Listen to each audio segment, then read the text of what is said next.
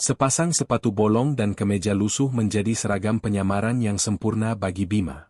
Seorang guru honorer yang terbiasa diremehkan, diperlakukan seperti pesuruh, dan dicemooh karena motor bututnya.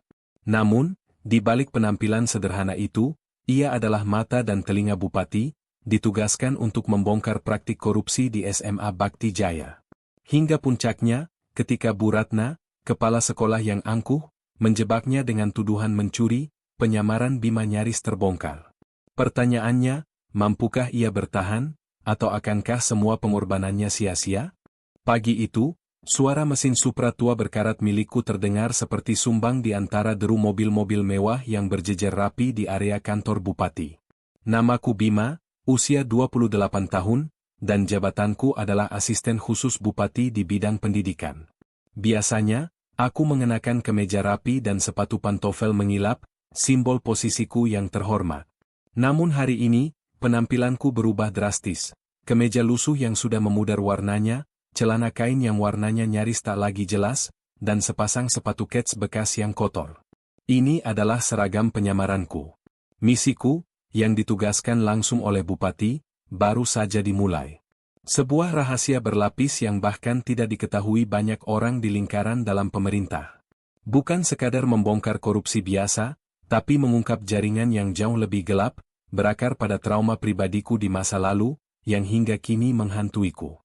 Sudah menjadi rahasia umum bahwa sekolah-sekolah di kota ini kerap jadi sorotan, namun SMA Bakti Jaya, sekolah favorit yang ironisnya dikabarkan penuh praktik tak terpuji, adalah target utamaku. Laporan tentang pungutan liar, perlakuan tidak manusiawi, dan penyalahgunaan wewenang terus mengalir. Disinilah aku akan menghabiskan beberapa bulan ke depan, bukan sebagai Bima asisten bupati, melainkan sebagai Bima, guru honorer yang gajinya nyaris tak cukup untuk makan sehari-hari. Sebuah peran yang akan menguji batas kesabaranku dan membuka kembali luka lama. Aku memarkir motor bututku di sudut paling jauh dari jajaran mobil-mobil guru lainnya yang berkilauan. Saat melangkah menuju gerbang, seorang satpam bertubuh tegap, Pak Danu, langsung menghadangku. "Hei, motornya pindah ke sana, di parkiran umum," ujarnya dengan nada merendahkan, tangannya menunjuk keluar gerbang. "Tapi saya guru baru di sini," jawabku sopan, menahan diri untuk tidak membalas. Pak Danu melirikku dari atas ke bawah, menilai dari kemeja kumalku hingga sepatu kets yang kotor. "Guru? Guru honorer, ya? Aturan di sini jelas, guru honorer parkir di luar." "Sudah, jangan banyak tanya," gertaknya, raut wajahnya menunjukkan kekuasaan semu yang ia nikmati. Aku hanya mengangguk dan menurut. Di hari pertamaku, diskriminasi sudah terasa begitu kentara. Pakaian dan motor bututku telah menjadi tanda status yang tak tertulis, membedakanku dari orang-orang penting di sekolah ini. Ironisnya, hal ini sesuai rencana. Semakin mereka meremehkanku, semakin mudah bagiku untuk bergerak tanpa dicurigai. Ini adalah awal dari permainanku. Setelah melalui proses administrasi yang rumit dan penuh pandangan remeh dari staf, aku akhirnya dipertemukan dengan Bu Ratna, kepala sekolah yang terkenal galak.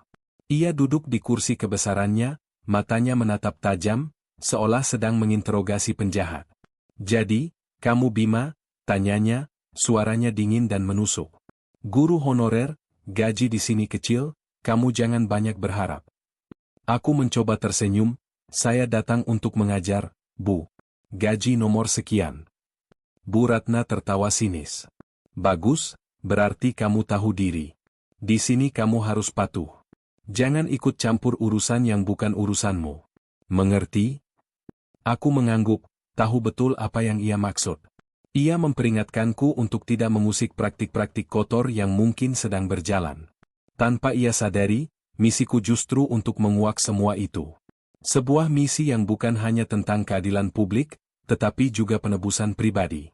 Hari-hari pertamaku di SMA Bakti Jaya berjalan persis seperti yang sudah kuduga.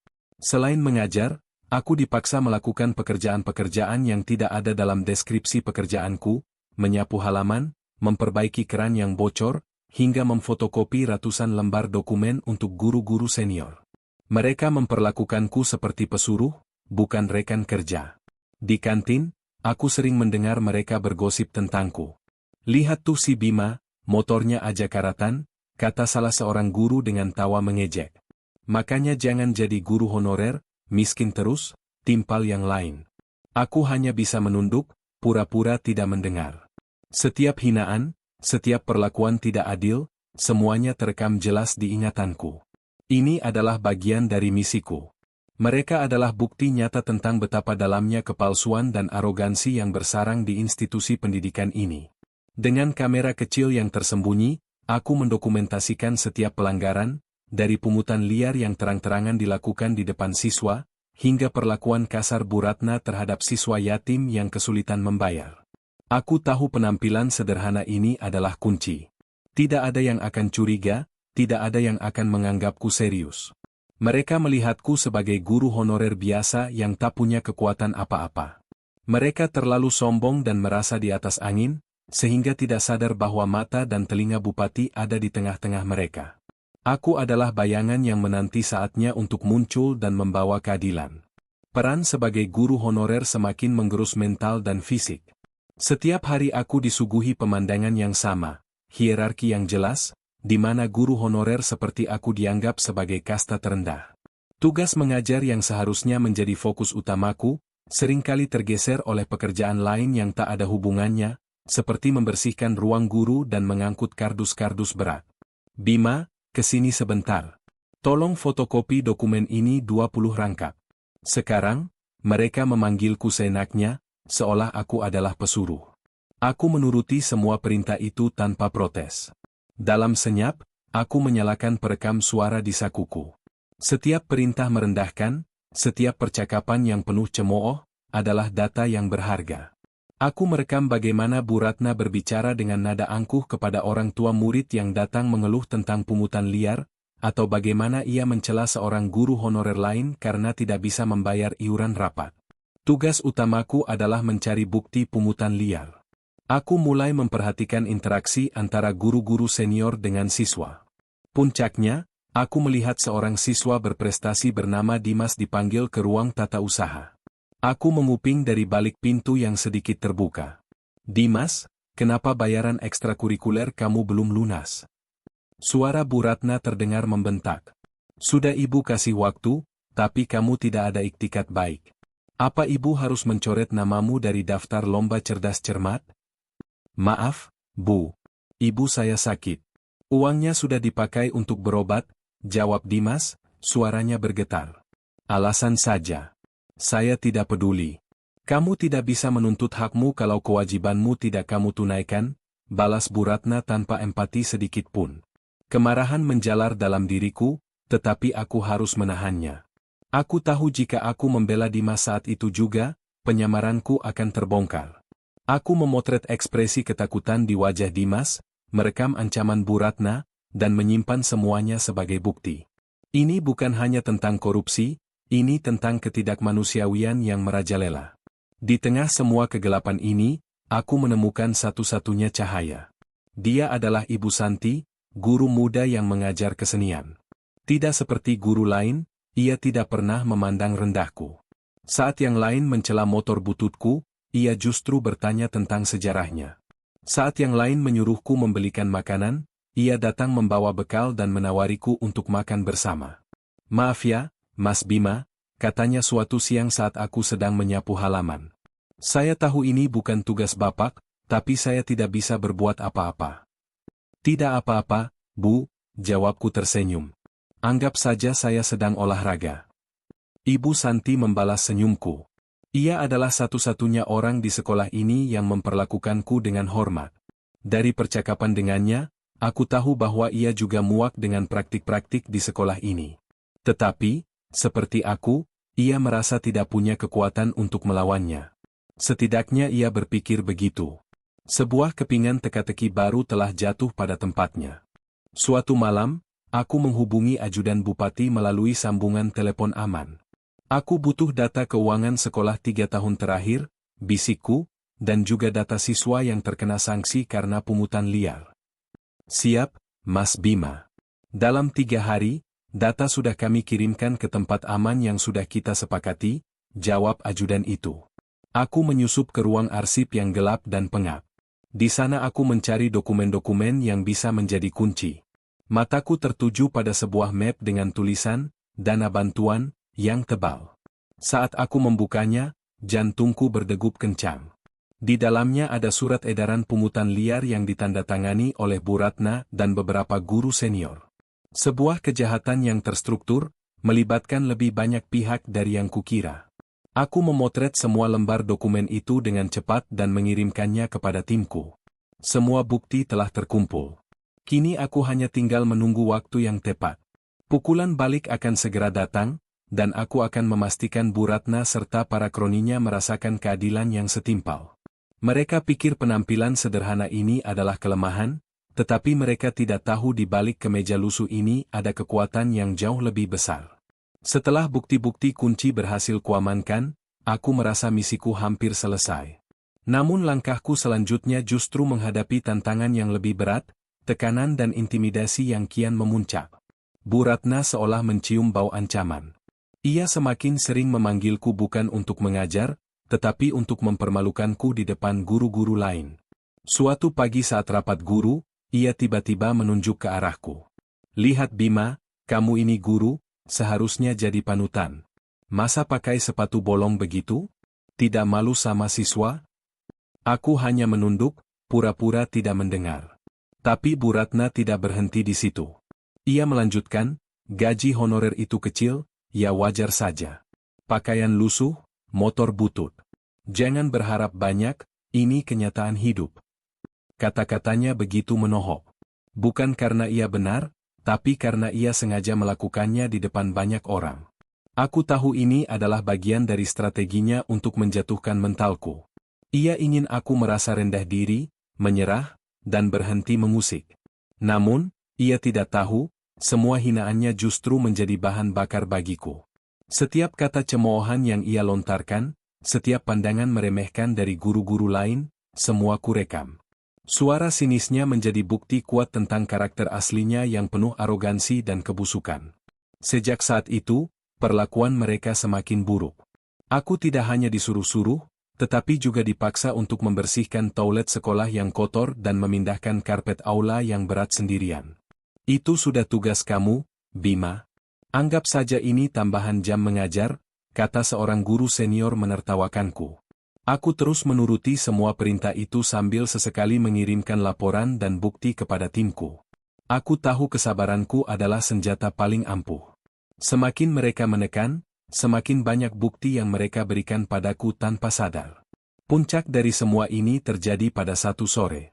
Aku sedang duduk di ruang guru memeriksa tumpukan tugas siswa ketika Bu Ratna tiba-tiba masuk dengan wajah merah padam.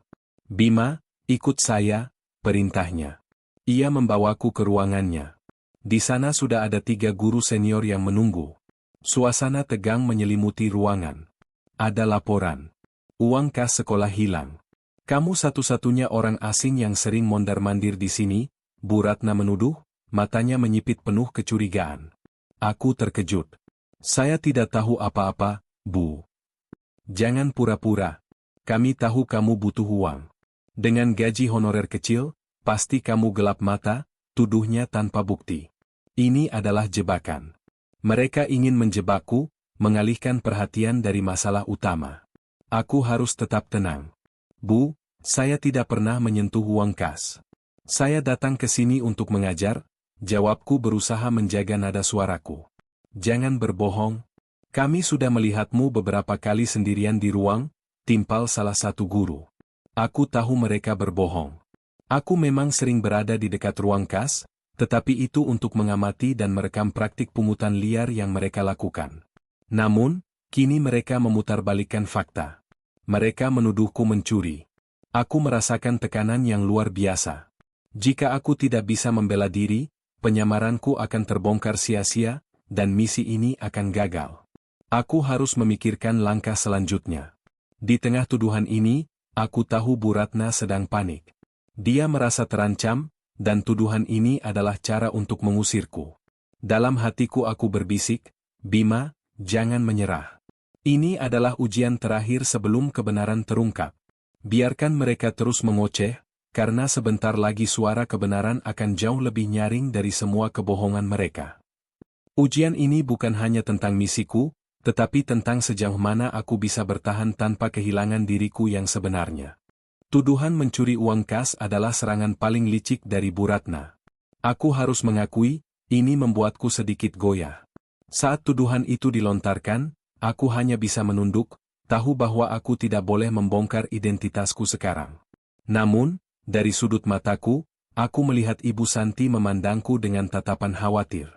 Ia adalah satu-satunya orang yang tidak ikut menuduh atau menertawakanku. Sebuah fakta kecil yang menumbuhkan secercah harapan. Beberapa hari setelah kejadian itu, tekanan dari Bu Ratna dan para guru senior semakin menjadi-jadi.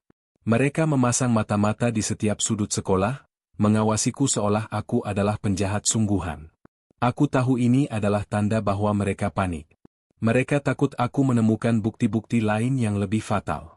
Saat aku sedang memindahkan tumpukan meja di aula, Ibu Santi menghampiriku. "Mas Bima, apa Bapak baik-baik saja?" tanyanya lembut. "Saya baik-baik saja, Bu Santi," jawabku sambil menghela napas. "Terima kasih sudah peduli.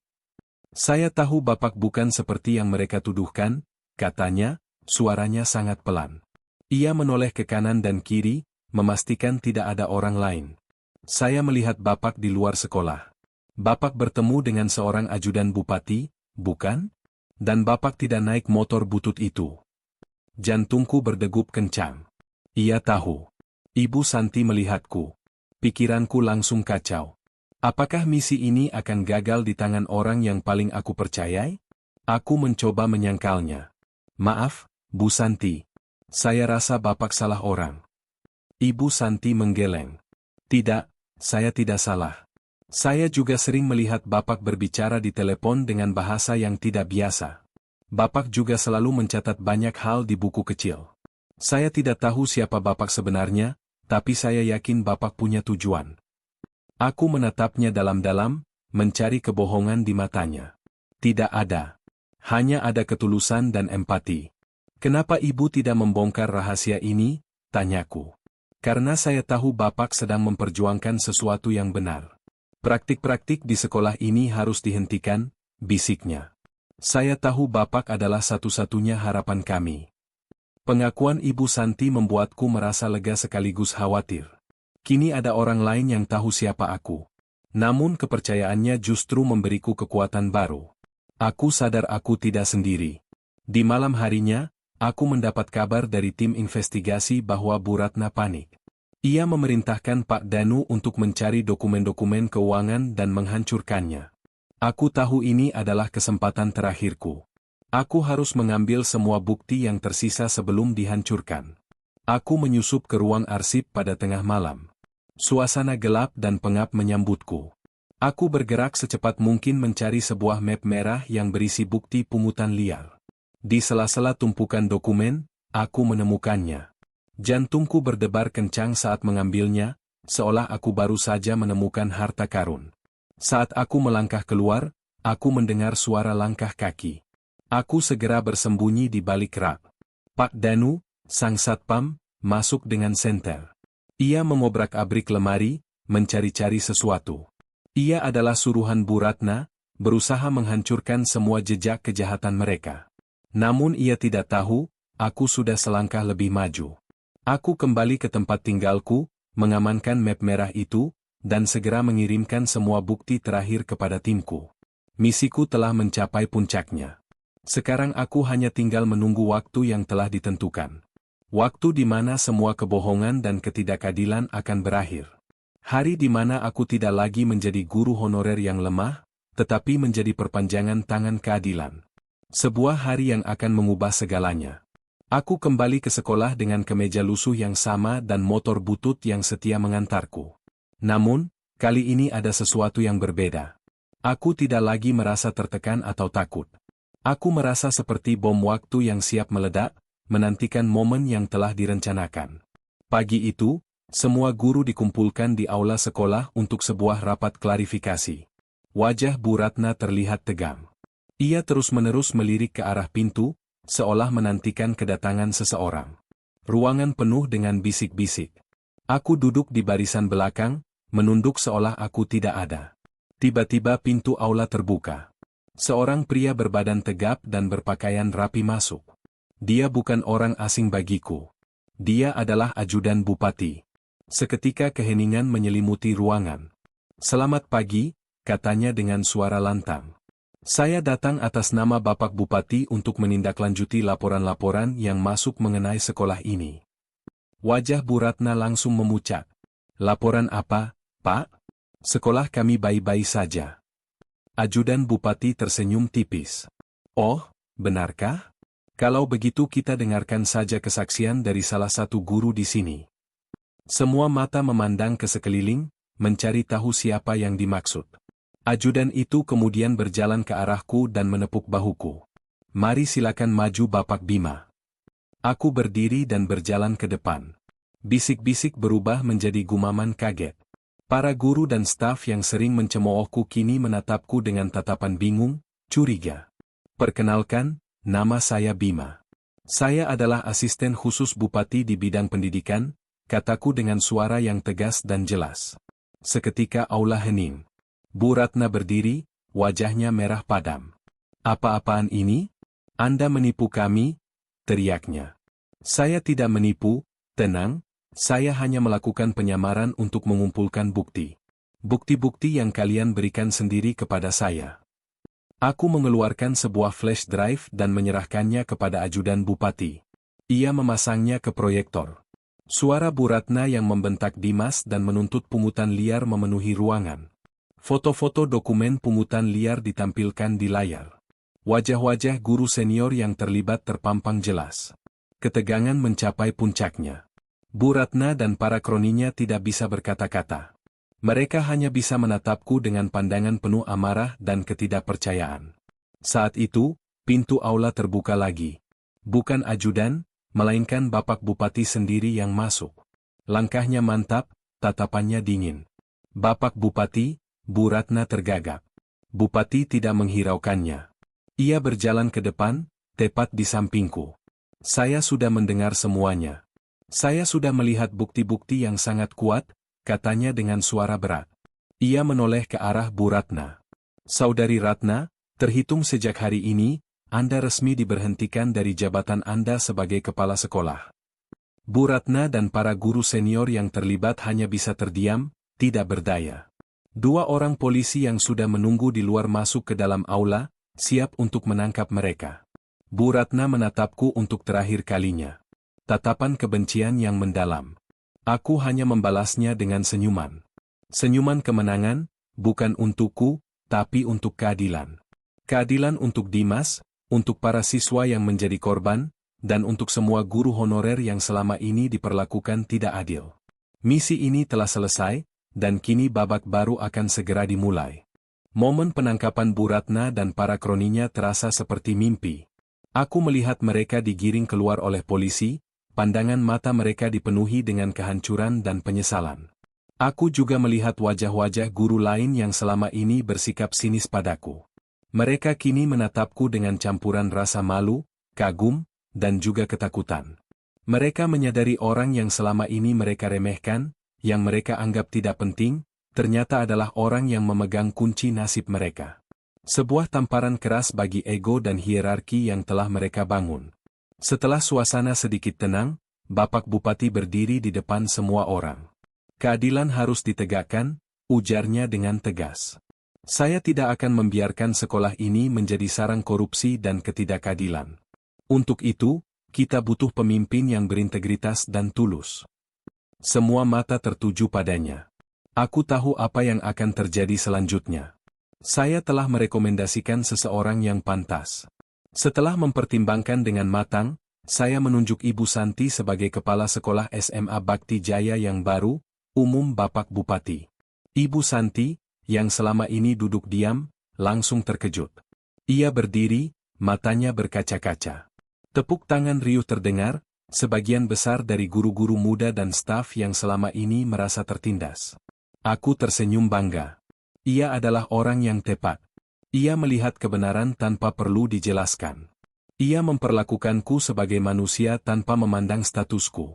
Ia akan menjadi pemimpin yang baik, yang didasarkan pada hati, bukan pada kekuasaan. Sore harinya aku kembali ke sekolah. Kali ini bukan untuk mengajar, melainkan untuk membereskan barang-barangku. Aku melihat Dimas sedang duduk di bangku taman. Ia menghampiriku dengan senyum lebar. Terima kasih, Bapak Bima. Bapak sudah menolong saya. Saya tidak akan dikeluarkan dari sekolah, katanya tulus. Aku mengacak-acak rambutnya. Sama-sama, Dimas. Teruslah belajar dan raih mimpimu. Saat aku hendak pergi, Ibu Santi datang. Terima kasih, Mas. Saya tidak tahu harus berkata apa, ucapnya, suaranya bergetar. Ibu yang pantas mendapatkan posisi ini. Ibu punya hati yang tulus, kataku. Aku menatap motor Supraku untuk terakhir kalinya. Aku tidak lagi melihatnya sebagai motor butut yang berkarat. Motor ini adalah saksi bisu dari seluruh perjuangan dan pengorbananku. Motor ini adalah simbol dari penyamaran, simbol dari integritas. Motor ini banyak mengajarkan saya, Bu, kataku sambil tersenyum. Kadang sesuatu yang terlihat sederhana justru menyimpan kekuatan yang luar biasa. Ibu Santi mengangguk. Ia mengerti. Aku tahu kisahnya tidak akan berakhir di sini. Ia akan membawa perubahan. Aku akhirnya meninggalkan sekolah itu. Penyamaranku selesai. Aku tidak lagi mengenakan kemeja lusuh. Kini aku kembali menjadi Bima, asisten bupati. Namun pengalaman ini selamanya mengubah pandanganku. Aku menyadari bahwa nilai seseorang tidak ditentukan oleh apa yang mereka kenakan atau berapa banyak uang yang mereka miliki. Nilai sejati terletak pada kejujuran, integritas, dan keberanian untuk berdiri membela kebenaran. Cerita ini bukan hanya tentang pengungkapan korupsi, tetapi juga tentang pengungkapan arti sejati dari sebuah kehormatan yang seringkali tersembunyi di balik topeng status sosial. Setelah semua kekacauan reda, SMA Bakti Jaya perlahan mulai pulih. Di bawah kepemimpinan Ibu Santi, sekolah itu bertransformasi. Tidak ada lagi pungutan liar yang membebani orang tua. Tidak ada lagi perlakuan diskriminasi berdasarkan status sosial. Guru honorer kini diperlakukan dengan hormat, dan setiap siswa, termasuk Dimas, memiliki kesempatan yang sama untuk berkembang. Aku kembali ke rutinitas lamaku sebagai asisten bupati. Kemeja rapi dan sepatu pantofel kembali menjadi seragam harianku. Aku sering mendengar kabar dari Ibu Santi tentang perkembangan sekolah. Ia bercerita tentang kehangatan yang kembali terasa di antara para guru, tentang siswa-siswa yang berani mengejar mimpi mereka tanpa ketakutan. Suatu hari saat aku melewati SMA Bakti Jaya, aku berhenti sejenak. Aku melihat motor Supra butut yang kini sudah terparkir rapi di area khusus guru. Aku tersenyum. Ibu Santi sengaja menyimpannya bukan sebagai ejekan, melainkan sebagai pengingat. Pengingat bahwa di balik penampilan yang paling sederhana bisa bersembunyi integritas dan keberanian yang luar biasa. Kisahku di sana menjadi legenda. Mereka menyebutku guru honorer pembawa keadilan. Aku tidak peduli dengan julukan itu. Bagiku, ini adalah pengingat bahwa kebaikan tidak perlu diumumkan, dan kebenaran akan selalu menemukan jalannya sendiri untuk terungkap. Pesan itu begitu jelas. Nilai seseorang tidak ditentukan oleh apa yang mereka kenakan atau miliki, melainkan oleh apa yang mereka perjuangkan, bahkan jika itu berarti harus merendahkan diri dan menghadapi kebencian. Di akhir cerita ini, kita menyaksikan bagaimana kebenaran yang tersembunyi akhirnya terungkap, membawa keadilan bagi mereka yang tertindas dan memberikan pelajaran berharga bagi yang lain. Bima berhasil menyelesaikan misinya, mengembalikan kehormatan pada tempatnya dan menyerahkan tongkat estafet perubahan kepada Ibu Santi, yang kini memimpin SMA Bakti Jaya dengan hati yang tulus. Kisah ini mengajarkan kita bahwa integritas sejati tidak membutuhkan pengakuan atau kemewahan. Ia adalah kekuatan yang akan selalu menemukan jalannya sendiri, bahkan ketika disembunyikan di balik penampilan yang paling sederhana.